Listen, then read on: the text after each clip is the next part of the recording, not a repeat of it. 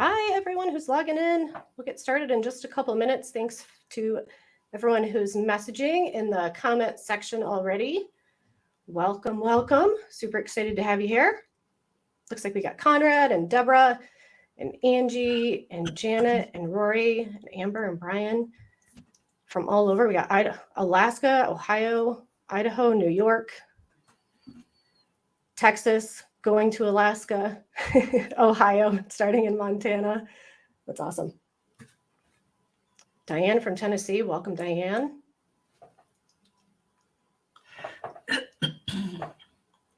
We're super excited to have you all here with us today. Absolutely. Just let us know if you guys can't hear us or anything.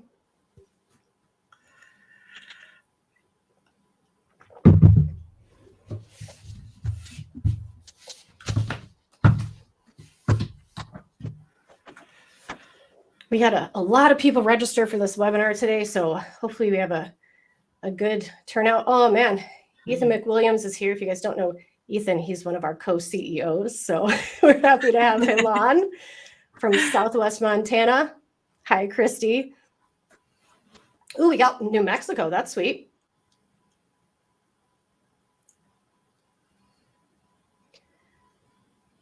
We'll get started in about 2 minutes here. Hi, Allie from South Florida. Liz from Wyoming. Ketchikan. We got Ketchikan, yeah. Southwest Colorado. Hi, Carl. Oh, hey, Carl. Some of these providers, some of you guys I've talked to, I've emailed with you, but I've never actually spoken to on the phone or anything. So it's fun to see you in the chat and see you joining us. Yeah, and I've talked to a lot of you. Yeah. Yeah.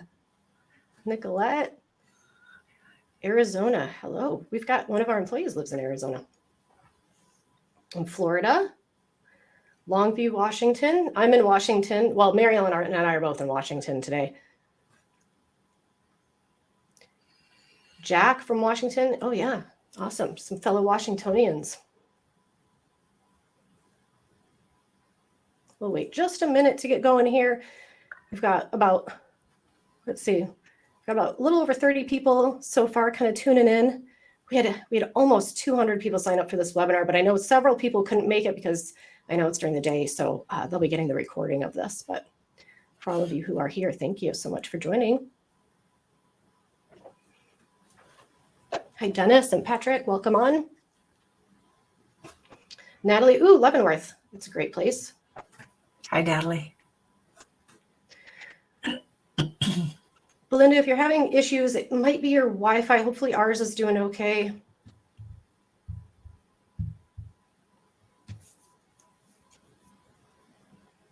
Any way to get full screen? You might have an option if you hover over it to enlarge it. There might be like a double arrow option for you. Otherwise, I'm not sure. Our view of it is a little bit different than yours because we're hosting. So it's hard for me to kind of see what you guys are seeing there. So I apologize for that. All right, guys. Well, I'm going to go ahead and get started here. Let me know if you have any issues. Guys, we're streaming, honestly, out of my house. So we're trying to do the best that we can with the Wi-Fi. If it goes in and out, hopefully it'll work okay. Alyssa said she was having issues with the sound. If anyone else is, just let us know. Okay, let's see here. All right, we're going to get started, guys. Welcome to our webinar. This is our webinar, How to Prepare for a Locum Tenens Assignment. We're super excited to have you here. We decided to do this topic because in our last webinar, we actually sent a survey out to those people who attended, and we asked, what do you guys want to know about? And this was a topic that many people had said that they wanted to learn more about. So here we are. So we've got a packed webinar for you today, tons of information that Mary Ellen's going to go over with you. And we really cannot wait to get started. So I'm Deanna. I'm the marketing director here at Wilderness Medical Staffing. And then we are also joined by the lovely Mary Ellen. Mary Ellen, do you want to introduce yourself and say a little bit about WMS? Sure. My name is Mary Ellen Doty. I'm a nurse practitioner and founder of Wilderness Medical Staffing and currently CMO. Chief Medical Officer here. And so we're just happy to bring you this information. I know that people are really concerned, and particularly that first time they go out on assignment, what do I take? What do I do? How do I prepare? Or how do I get ready to go on these locum assignments? So this is going to be a fun time for us. And Deanna will kind of lead us through this, if you will. Yeah, I'll be kind of moderating today, and Mary Ellen has all the great info, so she'll be our great resource for us here today. We got a ton of questions before the webinar that came in that you all were great and emailed into me. We're going to try to cover several of them just kind of through the presentation. But if we're not able to get to something or you want an answer, feel free to put it in the chat. We actually get a record of all of the questions that you ask, so we'll be able to get back to those. And yeah, Jack, you had asked if we'll be recording. This does automatically record, so you should get an automatic email sometime shortly after this with the recording of the whole thing. So you're welcome to take notes if you want, but it will be recorded. So yeah, you should be able to get the recording. Okay, so today, let's just jump into it. We've got 3 main things to go over with you. So we'll break the webinar out by these kind of main topics. The first we're going to cover are the skills that you need to be prepared for your assignment. The second, and this is something we get asked about a whole lot, is what to pack before your assignment, especially because we work in really remote and rural locations. This packing guide might be slightly different than what you would experience in more urban areas. So it will be tailored to kind of the types of position that we staff. And then what to know about travel and housing. And similarly to the packing, it'll also be kind of tailored to the locations that we staff, especially when you get into some of those areas in Alaska that are a little bit different travel than you might be accustomed to taking. We will have some time at the end. We've got a couple kind of pre-stocked commonly asked questions that we'd like to go through with you. But like I said, feel free to ask in the question panel any questions that you might have. I'm going to be trying to kind of take a break in between each section to go through some questions. So we might not get time to go through all of them, but I'll try to pick a couple that we can kind of answer as we trade off between sections. So just feel free to write in the chat and we'll get to as many as we can. Also, I'd like to introduce a couple guest providers. They're not here with us in person. Truthfully, we were worried about the tech, especially if they're on assignment currently in Alaska, for instance. Sometimes the tech is a little bit hard to deal with up there. But we did reach out to a few of our providers because we wanted to get some additional input from them based on their experience that they've had while on assignment. So Aaron Butler, Kyle's Kitchen, and Greg Sayers were all awesome. They gave us some feedback. I kind of told them what we were going to talk about, and then they sent in some great information of what their experiences have been while on assignment. And so I'll be going through some of those with you guys today too, just so you can get a little bit extra perspective from providers who are actually out in the field or who have recently been out in the field with us. All right, Mary Ellen. So the first thing we're going to talk about are skills you need to be prepared for an assignment. And so we're going to kind of start with the basics and talk about the general education and experience that you need. So Mary Ellen, take it away. Thank you so much. So, of course, everybody who comes to, with whom we contract has been either certified as a nurse practitioner, PA, or of course physicians. And with our nurse practitioners and PAs, the accreditation comes before work ever starts. So that's kind of taken care of before they even apply with us. Physicians need to be either board certified or eligible for board certification. So one of those two things. Licensure is we staff Alaska, Montana, Wyoming, Idaho, and Washington. Keep in mind, some of these states are easier to get licensed in than others. Certainly Alaska is one of the, it's not harder to get licensed in Alaska. It just takes a while, so it takes anywhere from that 2 to 4 month period, where Montana's a little quicker, Wyoming pretty fast, and same with Idaho and Washington. So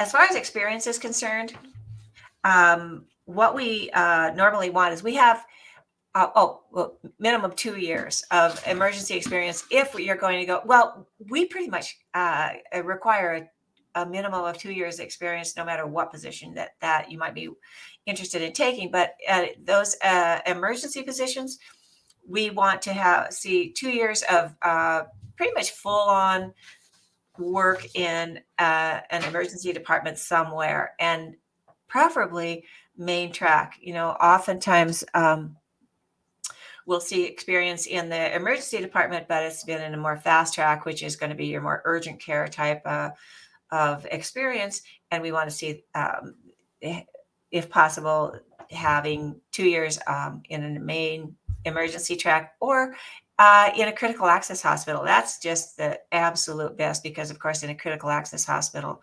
the providers oftentimes a solo provider, and we'll see pretty much everything that comes in the door. So primary care clinics, we again, the 2 years of good primary care. If you can throw in some urgent care, that's even better. Because as you know, in the primary care clinics, we'll often see walk-ins or urgent care type of situations. School-based clinics, we don't require experience in pediatrics, but it does help. And so if you either have that degree as a pediatric nurse practitioner, or at least have a good family practice experience where there's pediatrics included, if you will. So those are some. Mm-hmm.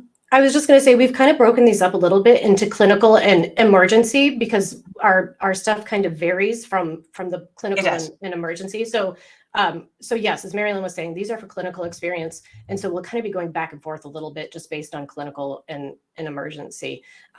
I think this photo actually here is from Carl, who I think I saw was on earlier. So thanks for that photo, Carl. We appreciate it. So solo provider sites can be at a number of spots. It can be in Alaska or Montana, and we'll kind of go over those. So village healthcare sites in Alaska, we staff villages. They're native villages pretty much all over Alaska, southeast, out on the Aleutian chain, main body of Alaska. And oftentimes the only, the contractor, the nurse practitioner or PA, is the only provider in the villages. So that's a solo provider site. And those village healthcare sites need good emergency experience where where the person is comfortable in assessing, triaging, stabilizing, calling that transport. Really, there, are no places in our genre, if you will, and in what we do, where we keep people and we're tertiary sites. We are small town, remote, rural. That's pretty much the niche of wilderness medical staffing. So those triage, stabilization skills, and of course your emergency procedures tend to be very, very important. And so as well in the critical access hospital. So we might go back a little bit to that's okay. That's fine. Yeah, that slide's fine. But, critical access hospitals are more in Montana, Wyoming, Idaho, Washington, if you will. So, and those are those hospitals that by definition, they're critical to the area because they're more than 35 miles away from any major medical site. And in Montana, that more than 30 miles turns into 100, 200, 300 miles from a major medical center. So in the critical access hospitals, when we have a provider there, they are responsible for that emergency room. They're responsible for the on-call after hours emergency room, and they are the only provider there. So they really, these are the kind of areas where you really have to know your stuff as far as stabilization, triage, making sure that diagnostic skills, making sure that you get that patient that's even questionable, transfer it out. We don't keep anything serious at all in those provider sites. Yeah, we staff such rural sites. If a lot of the times you may not know where it is on a map, and so you really have to look and they are really, really rural towns with a handful of people, a couple tens of people versus a couple hundreds, even really, really rural locations. Exactly. Thank you, Deanna. And the other place where we have solo provider sites is our industrial areas, and these tend to be either we do some work in the mines in Alaska. We also do a lot of work with the fishing industry where there'll be a campus. Oftentimes they have been closed with COVID, but closed campus where fishing fish processing plants, excuse me. And so our provider will be doing primary care, and of course, any urgent care and even emergent care for transport, of course, inside those solo provider sites, which were our fish processing plants. So what do we need to have these? What are some of the skills? Of course, being able to suture, being able to do some even complicated suturing is pretty important. Of course, splitting. We don't cast too much. Honestly, if you can split somebody up pretty well, they're going to be going out of there anyway. So that's one thing that you can get by with for sure. If you just know how to splint and get that limb stabilized. Let me see what the next slide is here. So those are for clinical positions. These are for kind of the non-emergency sites, if you will.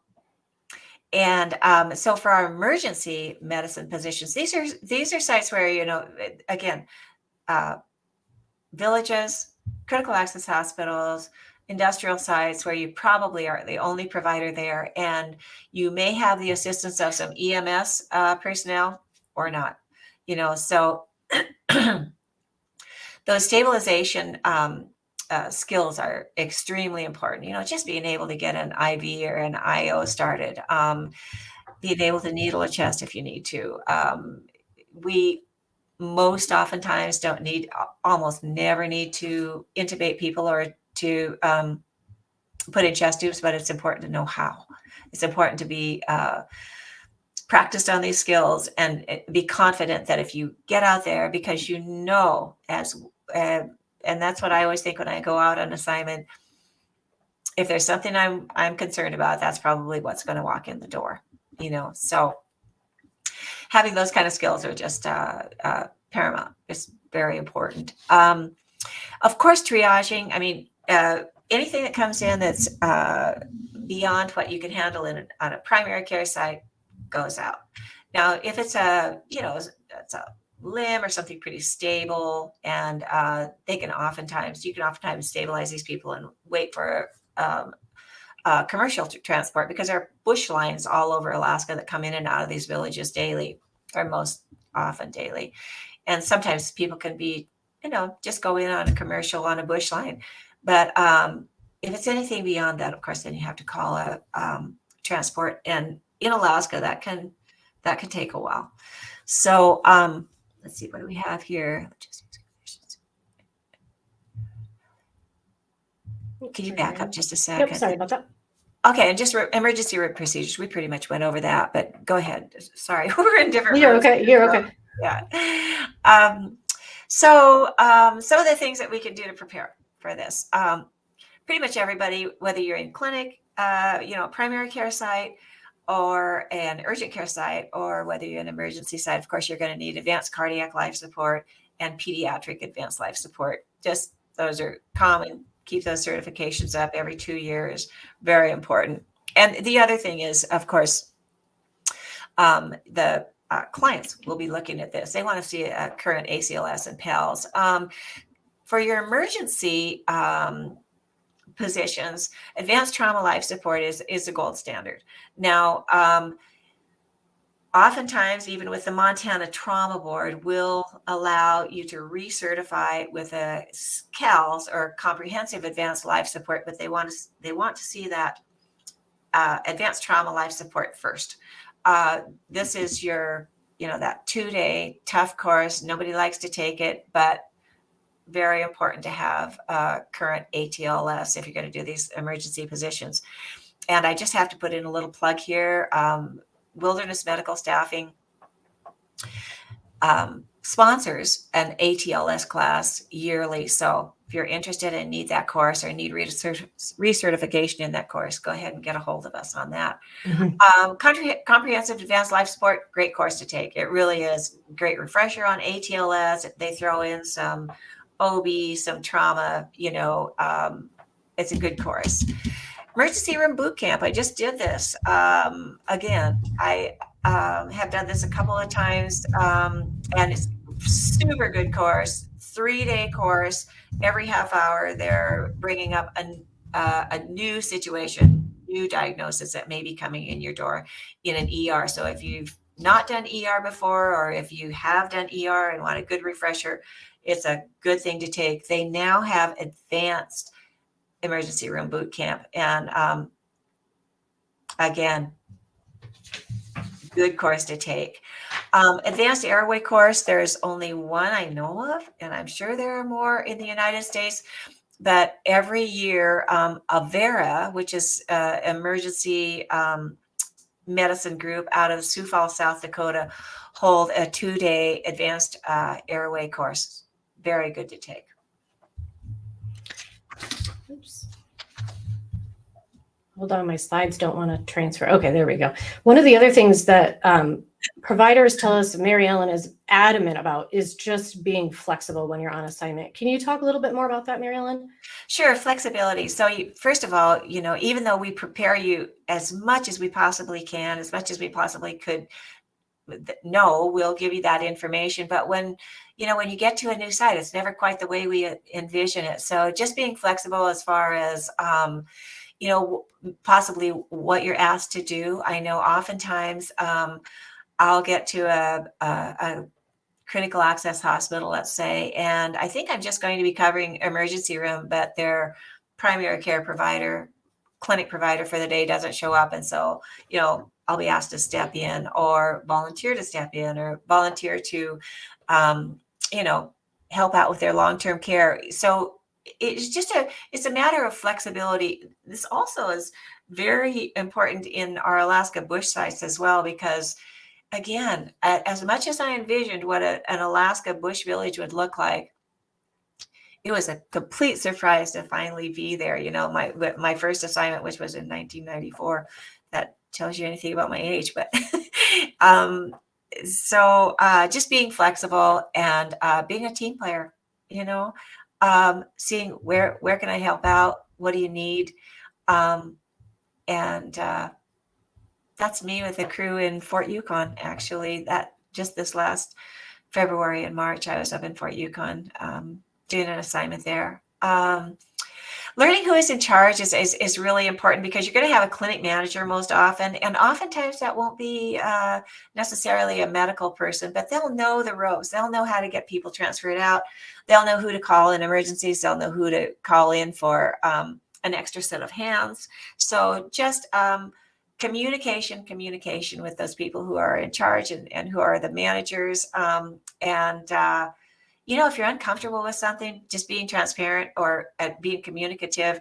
Let's say I arrive in a bush site and the housing just hasn't been cleaned, or I need some fresh bedding, or I need something, or I might need something in the clinic. Maybe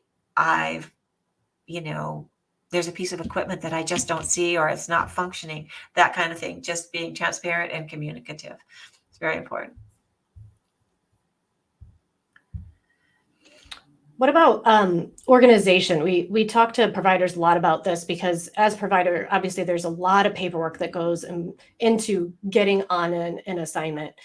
So we wanted to just tell you kind of some of our, I guess, pro tips on how to help yourself stay organized when you're on these assignments.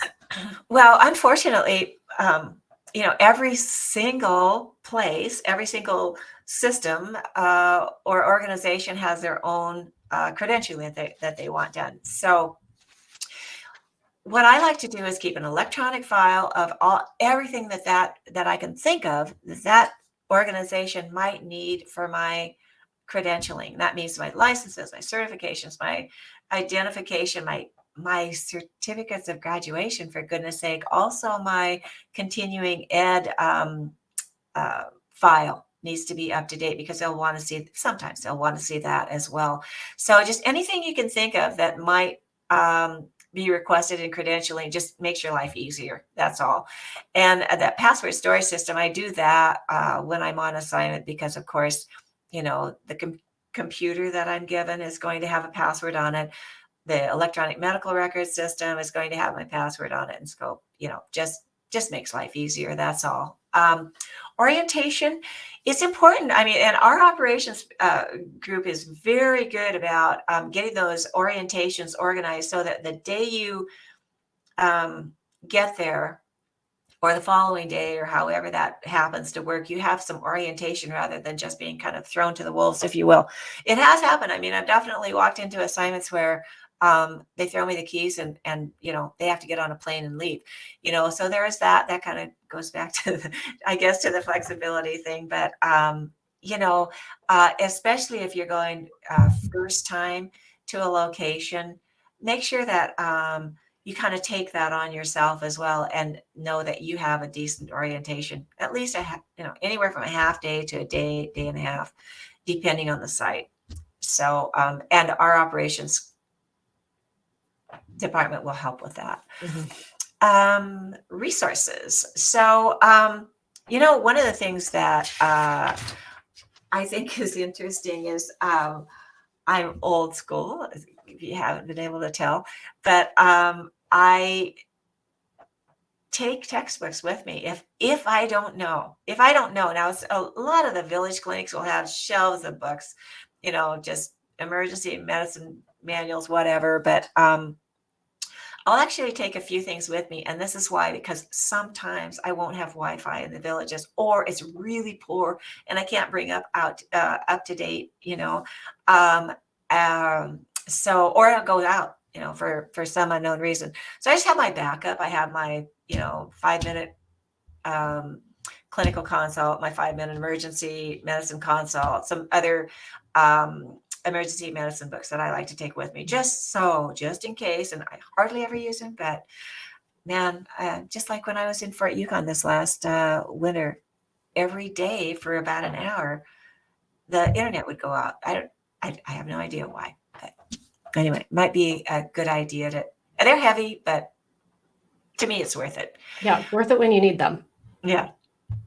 Okay, so as I mentioned at the beginning, we had a couple of our amazing providers send in some of their commentary about some of the topics we were talking about. So I'm just going to go ahead and read through what 3 of them said, and feel free to make any comments or anything as we go along with these. And these are people who work with us. They have been on assignment with us, so they have some really great real life experience of how to be prepared for these kinds of assignments. So Aaron Butler said, the best skills a locum provider can have are flexibility and adaptability. I always reintroduce myself to the airway kits, available medications, transfer options and availability, local pharmacy hours, and available resources in town. If there's a big incident, who's there who can help? If you run into the need to stabilize a patient for longer than you expected, what's the next move? Occasionally, the local medics will have more skill and knowledge than your inpatient nursing if you need critical care help. So I've called 911 to come to the ED to have an extra set of hands for tube or sedation. And then, go ahead, Marielle. Just use whatever resources you have. And sometimes that takes getting really creative. And but there again, when you first get to town, find out who knows what, who can come in, who will come in, maybe to help you or for backup. Yeah, that's great. And then Kyle's Kitchen said, I've got lots of advice about essential skills for working in remote Alaska, like suturing, casting, splinting, IVs, intubations, learning to take your own x-rays, and how to work the life pack. The most important skill you need is adaptability. Each job and each location presents unexpected challenges that test your creativity and adaptability. You will be exposed to different cultural norms and people with different priorities and lifestyles than you may be used to. If you can maintain the ability to adapt to these different circumstances, you will find this work incredibly rewarding. And then Greg Sayers had also said, refresh on CPR, BLS, ACLS, consider ATLS and an advanced airway course, just like we were just talking about. Review emergency childbirth or take an ALSO class. Have a good understanding of CPAP and BiPAP and ventilator use and settings. The best skill to be able to work effectively with the staff you have on site. Get to know the nurses, EMS crew, and support staff. Figure out your weaknesses and be prepared for the worst case scenario as best as you can. Remember to consult early and organize transfer early. Know the potential transfer centers and the time it takes to get a patient to each center. All right. Good advice on the also the advanced life support for obstetrics. Okay, well, now what I want to do, I've been seeing some questions come in this side. So I want to just take a couple of them. I'm just going to kind of randomly pick. It's probably more than I can go through. So I'm just going to pick a few of them here. I'm not being biased. I'm literally just scrolling and picking a few. Okay, let's see here. Jack says, what kind of backup supervision do we have access to? If there is a site with a clinic physician, can we reach out to them if we need help on a crashing patient overnight? Yeah, if you can get a hold of them. Yes, of course. So I assume he's talking about a critical access hospital where there's physician oversight in every one of those hospitals. Sometimes not sometimes, most times they're not on site. That's unfortunate. So, and they won't be available 24/7. Now it depends on where you are, as far as your resources are concerned. So if you're in some of our critical access hospitals in Montana have the Avera system. It's a television screen that's right in the emergency room. They have cameras with and ER docs on the other end, and they have cameras that can look into your crash cart, can read an EKG. I've put an EKG on the back of a gurney before and have them zero in on that, help me with those situations, that kind of thing. Some hospitals do not have that, but always identify where you'll be transferring to. So let's say if you're in Montana, you'll be transferring to Billings, then have those, your ER telephone numbers up, and you can always consult with whoever is receiving your patient. Great. I don't know how much more we can go into this one, but I'm going to ask it anyway. What other advanced skills would you recommend for stabilizing? Is there anything you could add to that? Not really. I mean, if you go back to your ABCs, your airway, breathing, circulation. I mean, if you can intubate somebody, that's a big one, and it's one that we don't, as rural providers, get to practice very often at all. So if you have an opportunity to go, work with a surgeon or an anesthesiologist for a while and have them allow you to do the intubation, you're going to be better off for it. Again, ability to get an IV or an IO. Most of us never do an IO, so you might want to practice even on dummies. I mean, they do that in some of the ACLS courses and for sure in ATLS. So learn how to, learn your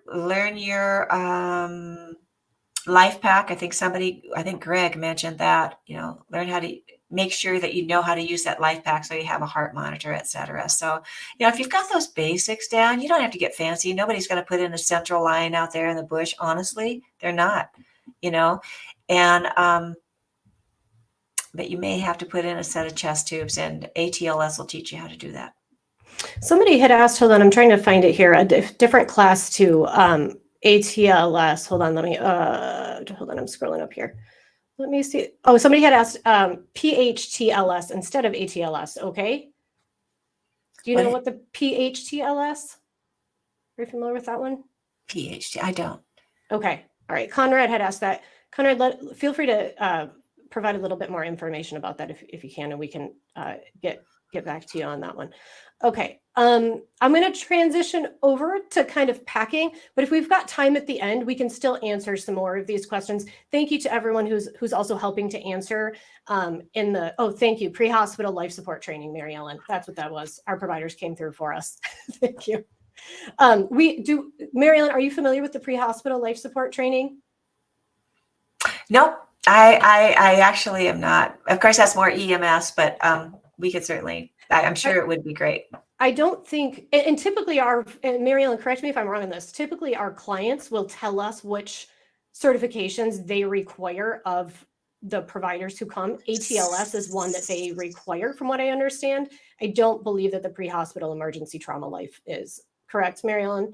No, that's because it's pre-hospital, but anything that in the hospital, of course, ATLS is absolutely required in every critical access hospital in Montana. It's not required in Alaska, possibly should be, but certainly something that's recommended, especially for those providers who are going out to solo provider sites.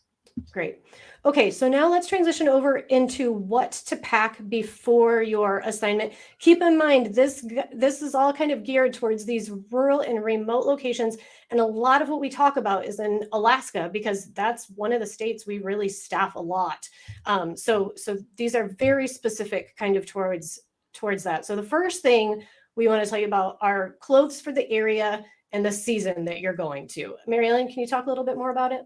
Sure. So, it'll depend on, again, like Deanna said, on the season. So if it's summer and you're going anywhere coastal in Alaska, take layers anywhere in Alaska, but take layers, take water proof gear, waterproof hat, for sure, boots. And oftentimes I had rain pants as well and raincoat. So those are really important, with some layers underneath for warmth on any coastal areas at all in Alaska. If it's wintertime, you'll have to have Arctic gear.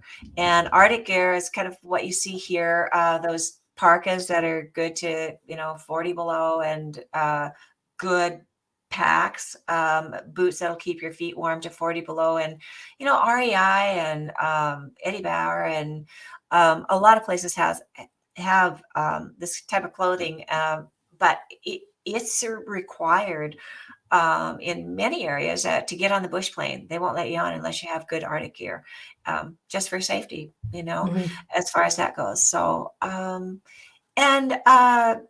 so what about those kind of general clothing essentials that you should make sure you have? Well, you mean, okay, so you've got it there pretty much. Waterproof socks. Extra socks for sure. Extra socks, extra shoes, things that you could change into if you get cold or wet. Absolutely. Yeah. Yeah. Our providers have mentioned the kind of backup gear and those kinds of things that are not cotton, because they'll tend to blister more if they're cotton. So it's kind of synthetic is more so what you usually want to go with. Yeah. And honestly, the truth is, once you're at the site, I mean, this is more for travel. And of course, in between, like when you're going back and forth to the clinic, and if you want to take a hike, whatever, on the outside of the clinic. But when you're in the clinic, it'll be very similar to every place you've been in the lower 48. I normally it's either scrubs. You can certainly welcome to bring scrubs and just really good, comfortable shoes, or just kind of business casual in Alaska is really like Carhartts, honestly, and a sweatshirt. But a good lab coat is always nice to have. Mm-hmm. I always bring my own stethoscope. You don't know what you're going to run into with that. So. Yeah, and then there's some electronic essentials, or just things you should kind of know about technology before going on some of these assignments. Can you talk a little bit more about that? Sure. I was just talking with Deanna about this before our study here. As far as internet is concerned, it's this possible internet. I guess you could get an internet booster, but some places just are going to be difficult to get internet. There's just no question about it. So all the clinics will have it, however, at least, most of the time, and whatever is the best in that area is going to be in the clinic. So you can tap into that.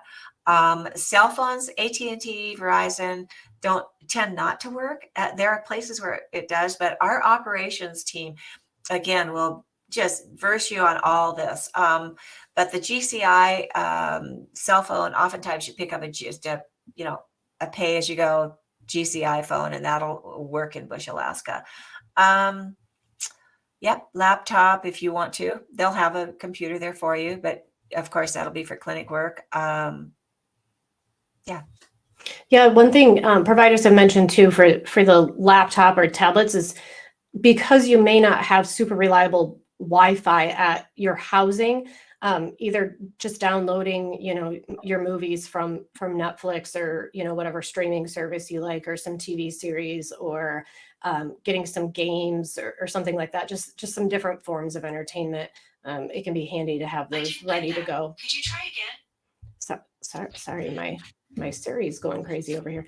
And then also things like just extra ways to charge devices, especially while you're traveling. If you have one of those, like a cord pack for your phone, if you're going to be on an airplane for a long time, that just gives you a little bit of extra battery life on your phone.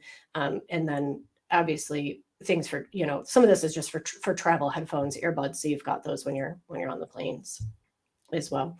What about now? This is something that comes up a lot, and I'll tell you guys, we actually have an entire blog on our website about packing and traveling with food. We've got different articles about these things, but how to pack food is something that comes up quite often, before providers are going out to these new assignments. So Mary Ellen, can you talk to us a little bit about what you know about packing food for these assignments? Sure. If it's something that let's say you're gluten intolerant, or there's some special things that you'll need that are more dry goods, just go ahead and pack that in a box or whatever, and take it as baggage, for that matter. But and it's very site dependent. So a lot of places we have, when you fly into, I'm thinking particularly Alaska, because Montana, there's a little grocery store. Wherever there's a critical access hospital, there'll be a little grocery store. Although even there, you can pick up groceries at your, a bigger store, if you will, to take over with you.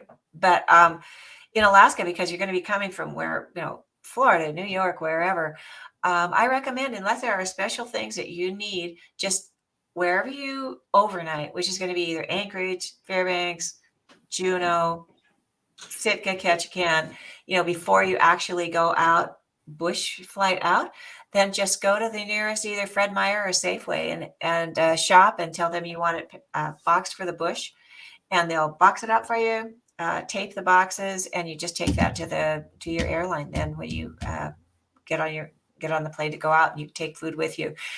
Once you're out there, if you're out there very long, of course, you'll need extra. And there's always, in every village I've found out, there's always a system. Like the people there in that clinic will know someone in Fairbanks or someone in Anchorage does kind of a shopping service for maybe a 10% surcharge, and it's definitely worth it.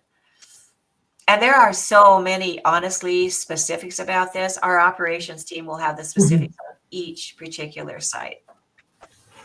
Yeah, that's right. Can you talk about too, I know we've spoken about how some assignments kind of have cafeteria style food, so providers for those ones might not need to necessarily pack.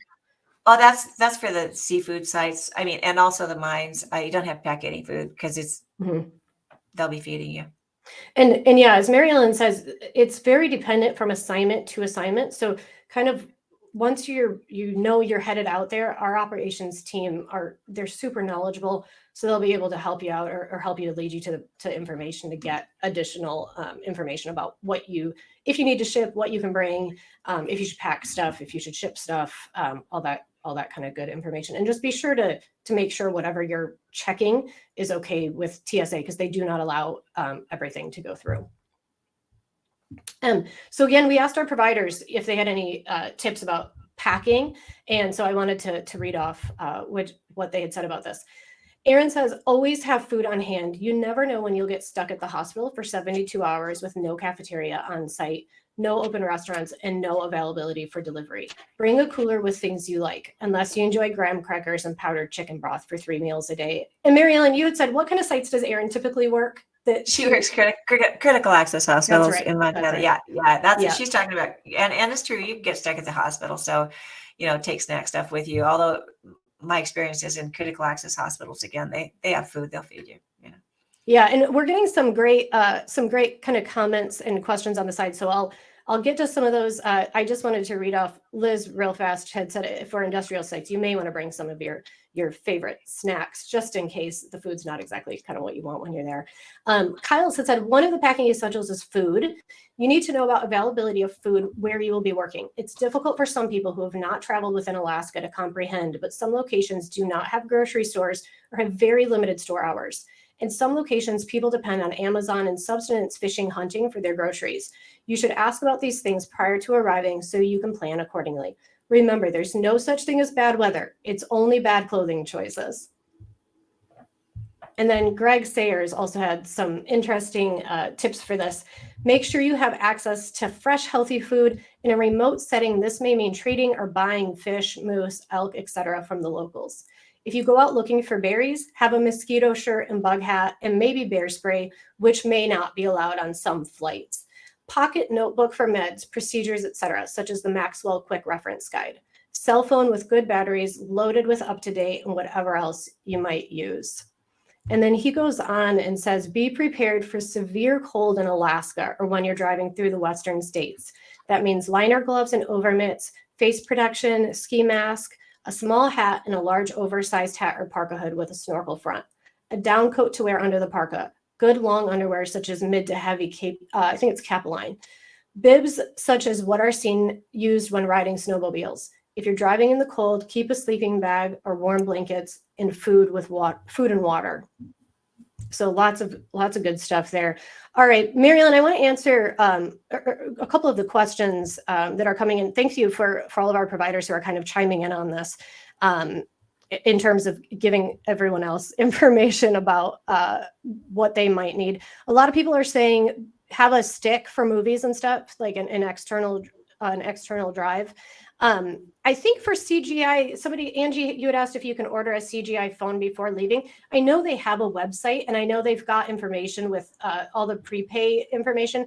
Our ops team should also be able to provide additional information about that. Yeah, our operations team should be able to provide information. Some people had commented, be prepared for no personal use in the clinic in terms of Wi-Fi. Things might be blocked or it may just not be allowed. Let's see, hold on. A lot of you are commenting. Can you check bear spray if purchased in Anchorage? I don't know the answer to that. Mary-Ellen, do you know? I don't know the answer. Bear spray? Our Yep. ops team I actually don't know the answer to that as well, but certainly our operations team can look that up for you and find out if you're going to an area where you'll need that. Yep. Yeah. Okay. So I'm just trying to be cautious of the time here. We've got about 13 minutes left. So let's talk about what to know about travel and housing, because this is another big question that people want to know before they go on assignment. What's it going to be like to travel? How does that work? And then what's the housing going to be like when you get there? So Mary-Ellen, how is travel booked? Wilderness Medical Staffing does your travel. So our operations department will take care of that. So once you've been vetted through through the application process and all that with Wilderness Medical Staffing, and then of course you have your first assignment and all the credentialing and all that kind of stuff needs to take place, and our operations team then takes over. Once you have that assignment, our operations team is just excellent, you guys, and they will help you know what to send in for your credentialing. They know the locations and what let's say what the situation is for food, that kind of thing. And they'll also book your travel. We do go through a travel agent out of Alaska, Corporate Travel Management. And I find them just excellent. I mean, not every place is perfect, but certainly they do a great job. What about rental cars? Rental cars, yeah, they're Corporate Travel Management reserves that rental car for you, and then it's put in your name. You pick it up in your name, and it's reimbursed for you. Mm-hmm. And our providers travel in several different ways. It may not be a normal, what you're used to flying on Delta or American. Can you talk a little bit more about that? Sure. Montana, we've got a local air service to Eastern Montana. It's called Cape Air, believe it or not. And in Alaska, of course, there are bush lines out to every village. There's bush planes that go. We've had people we've had 2 different sites where helicopter is necessary. There just isn't an airstrip. And we've had, and we have had people, and once they're in the village, their local travel could be a snowmobile or 4-wheeler. Right. Yeah. And we do try to rent SUVs for providers traveling, especially in the winter. So you've got reliable transportation to kind of get you through whatever elements you're going to need to travel to. What about housing on assignment? How does that work? That's provided by the client. So housing can vary from a bed and breakfast to a house or an apartment that the client actually owns, and then just providers is called provider housing, where providers stay there whenever they're on assignment. Um, it's normally fine. Sometimes we have an issue with housing, but if there is an issue with housing at all, of course, we want to know that right up front. But normally, the house is provided, has got pretty much everything you need. Normally, do not need to take your own linens or towels or cooking utensils, anything like that. It'll be because they know that stuff needs to be provided. Mm-hmm. Yeah, and you should have, your basic essentials. It should be safe. You should have heat. You should have water, plumbing, all of that kind of stuff that you'd kind of expect. And in these couple points too, Mary Ellen, which we've talked about a little bit previously, but just, what else in terms of just, I guess, logistics of housing and comfort level can you touch on? It just varies, honestly. I'm kind of drawing a blank on that. I mean, it's going to be real different one place to another, but every place that we send people or that I've been personally, I mean, the housing has worked just fine. Yeah, we've got a Sometimes couple you have comments to, too. again, sometimes you have to ask for what you need. And Rory had mentioned sometimes they're shared quarters, sometimes shared bathroom. That's not terribly often in settings, but it does happen, just depending You'll know, on where you're gonna again, be. you'll know way ahead of time. So that's something you shouldn't even need to ask. Our operations department know the housing, and they know it's very uncommon actually to have a shared bath or have shared housing, but there are places where that happens. So they'll know and be Mhm. able to forewarn you and let you know, is this something you wanted to take or not? And then, Brian, it looks like this will help to answer your question here about if your spouse can come on travel assignments.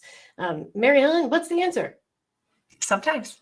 Sometimes, yeah. Yeah. It depends on the housing. I mean, if the housing is literally in the clinic, we have places out at, let's say, Chignik Bay or on Kodiak Island, remote areas on Kodiak Island where the housing is literally inside the clinic and just kind of like through a door. So for HIPAA reasons, no, I mean, the spouse wouldn't be able to come. But that's actually, um, there are probably half of our places, I'd say, just to pick a number, where the spouses can come or, where you could even have a child. But again, you have to do in the housing that's provided, which is oftentimes pretty small. But yeah. And of course, they just pay the spouse would pay their own travel. Mhm. We even have a couple areas that'll take a dog. So. This is kind of a fun picture from one of our providers. I believe, if I have the story right, she had taken an assignment over the Christmas holiday Yeah. in, I think it was Montana, and she kind of specifically wanted that assignment. And then I think her family flew up to visit her over the holidays, and that's why they're all wearing matching Christmas jammies, which I love that. We talked a little bit about packing food, but can you talk a little bit more about meals on assignment? We've got about 6 minutes left, so we're going to try to kind of get through the next couple slides fairly quickly here. Sure. One of the things that the first thing I noticed when I was in the bush is I became a much better cook because I had no option. I either had to cook or not eat. So in many of the villages, that's the case. There won't be a restaurant available. It'd be very unusual, honestly, if there was. But Montana, of course, there'll be places, there'll be pizza places or maybe a local restaurant, something like that. Seafood plants, they're closed, oftentimes they're closed campuses, but they'll be providing the food. And yeah, most housing has some kind of a small kitchen. Mary Ellen, you've mentioned before, though, sometimes they don't necessarily have stoves in all of them. Sometimes you're kind of dependent on microwaves, right? sometimes it's a microwave. Okay. Most often you'll have full cooking facilities, but it could happen where you just have a microwave, especially if it's probably not as likely if you're there on long-term assignment. And again, I mean, as far as eating out of restaurants are concerned, we are just honestly, we're what our name implies. We're wilderness medical staffing. We're small town, we're rural, we're remote. So it's way more uncommon to find a very nice place to eat. We have them, and there are sites we have that have very nice restaurants, but it's just uncommon. Mm-hmm. And then we've had some providers ask us, and even some providers had written in about this in specific, just some travel safety tips. Can you give us just, a quick minute rundown of things to be ready in terms of safety? Yeah, absolutely. If we're talking about bears, it looks like we are with the picture there. Know your area. I mean, we have areas we serve where there are literally as many bears as humans, so you have to, be aware of your surroundings, make sure that you have, if you're on call and need to get back to the clinic and it's more than across the yard, that you've got a vehicle to do so, and that, and I know that, and I noticed that one of our Liz said that, it was difficult to bring bear spray on the bush planes as well. We do have providers also who take guns with them. Of course, that's a whole different thing as far as the regulations and all that have to be up to the airline codes. But if you're going to be out very much at all, you need to have either bear spray or a gun with you. Yeah, we want to keep providers safe. We had a couple other comments from Kyle's Kitchen about travel. He said it pays to bring along some form of entertainment for your non-clinic time that does not depend on Wi-Fi or commercial TV. Outside activities can frequently be limited by weather and the requirement that you remain within a certain distance of the clinic when you're on call. And then he also says the methods of travel to your site can be varied and at times unpredictable. I've flown on commercial jets, bush and float planes. I rode ferries, fishing boats, and four-wheelers. I think some of our providers have actually taken sled dogs to certain places too. We've got a couple photos of sled dogs. Most of the landing strips are limited to flying during the day, and weather can frequently cause delays or bumpy rides. If you're traveling from the lower 48, you'll likely lay over in a major city before continuing on to your site. It's all a wonderful part of the adventure. And then Greg Sayers said, expect the unexpected and expect changes. Be prepared for flight delays, especially secondary to weather. Many airlines in Alaska will not fly if it's colder than 40 below. This may pertain to medevac. Okay, so now I want to answer, we're going to just go and answer a couple of quick questions since we've got a couple of minutes left here. I've prepped a few, and then if we've got a minute, I'll try to answer a couple more over here. Mary Ellen, how do providers learn more about the facility that they're going to work at? Well, the number one resource is our operations team, because they're familiar with each of our sites, and we've done a concerted effort to gather more and more information about each site, and we have providers, write into us or let us know if something changes. So we're pretty up to date on the specifics about each facility, if you will. Mm-hmm. And orientation, I think we went over that. Yeah, we talked about that. The parameters of the assignment, again, your staffing person, whoever you'll see our jobs posted, and then of course you'll be working with a staffing person. They'll be offering you this position, and they'll have the parameters of that assignment. Mm-hmm. What do people do during time off? Yeah. There's a number of things to do. I mean, if you're in Alaska, I love being outdoors, honestly.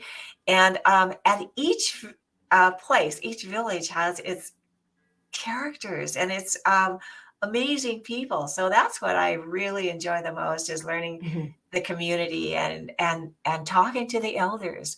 They're incredibly wise and humble, and it's amazing. So that's what I enjoy. And also just any community activities, if they're having a community potluck or celebration of some kind, or a basketball game, it's always just a real adventure to attend those things. What about, people ask us this often, are providers who are about to go on an assignment, will they have an opportunity to talk to providers who have already maybe been on that assignment before they've gone? Yeah, often. Just ask your operations person, or you're actually a staffing people to connect you with somebody who's either there right now or has been there. Perfect. Okay, so I'm going to go through. We've got just a few more minutes. I'm going to go through a couple more questions here from the side. Angie Sanders asked, "Is there a way to do laundry?" Almost always. There's even if it's in the clinic. I know I've been in clinics where, because every clinic will have a washer and dryer. So yeah. What about, let's see, can they request to be flown in several days before the assignment starts? Not always. And the reason for that is housing. So if we've got a provider who's going to be there until you get there to relieve them, they're going to be occupying that housing. So it depends on the situation. More often than not, that's housing dependent. So. Perfect. Okay. It looks like I was just kind of going back through some of those questions, and it looks like a lot of you are kind of answering questions as they go. Oh, here, I'll do this this one with Liz. What's the best way to deal with DEAs? DEA. Well, you have to have a valid DEA in whatever state you're in. So it's a pretty easy process, though it takes a week or two, but to just go into the DEA diversion site, and there's a place in there where you can change your information. You just change your address. Let's say I've done this a lot. So let's say I've got a DEA that's registered in Montana, but I'm going to do a job in Alaska. I just go ahead and have that address changed over. So to the new clinic in Alaska, or vice versa. And there's no charge to do that. You could do it a dozen times if you want to. And to kind of round that question out, Matthew asked, do you recommend having 2 DEAs and using one for travel med and one for home base? Well, only if you're, I mean, that works if let's say you've got a permanent position in Tennessee, and you're taking a vacation to go to Alaska, and somebody at home will be, I don't know, you renewing meds, let's say, under your license, something like that. You're going to have that valid DEA down there. But if, and then of course you're one in Alaska, but if you're just going back and forth, just transfer it back and forth. They're expensive, and they're easy to transfer. It's easy to transfer the address. Perfect. All right. Well, I want to wrap up with just a couple things for y'all today. Feel free to stay involved with us here with WMS, whether you already are working with us or whether you're, kind of waiting, maybe getting some of that emergency medicine experience under your belt. Or I know we've got people who may not be ready to work with us for a few years, but they just want to kind of learn more about what it's like. We've got a blog. We're always putting new content up on that blog. We've got travel guides on there. We've got packing guides on there. So some information that definitely relates to some of the things that we've talked about today, and they go really in depth. Feel free to follow us on social media. We're on all the main social media networks. And then we've also got newsletters that we send out every other week, and job alerts that you can sign up for on our website. If you've got any questions about any of that, feel free to just email me at deanna@wildernessmedicalstaffing.com. Another shout out I want to give is it's National Locum Tenens Week this week, which we're really excited about. We have a photo contest going on right now, which many of our providers have sent photos in for you guys. They are amazing, phenomenal. They look like National Geographic photos. If you get a minute, go ahead and vote for your favorite one. You can find them just by visiting wildernessmedicalstaffing.com. And then if you click on the resources button, you'll see a drop down there that has the photo contest. So go ahead and support our providers who have sent those in. They're really, really cool. The top 3 win prizes for those. So just something fun we're doing to kind of recognize our providers this week. And as we close out, I just want to thank you all so much for attending. Mary Ellen, thank you so much for helping and contributing. I'll be sending out a survey to anyone who's attended live here today. So if you could go ahead and take a minute to fill that out, that would be great. We'll pick one person who fills out that survey, and you'll get a prize just for answering. So go ahead and take that. I'll get that out within the next couple of days. Thank you so much to everyone who came. We really appreciate it. Thank you guys, to every one of you. Yeah, thank you. Yeah. And we will keep you posted for upcoming webinars. If you have any questions, feel free to reach out. It's great to have you all here today. We really appreciate it. Have a great day, guys.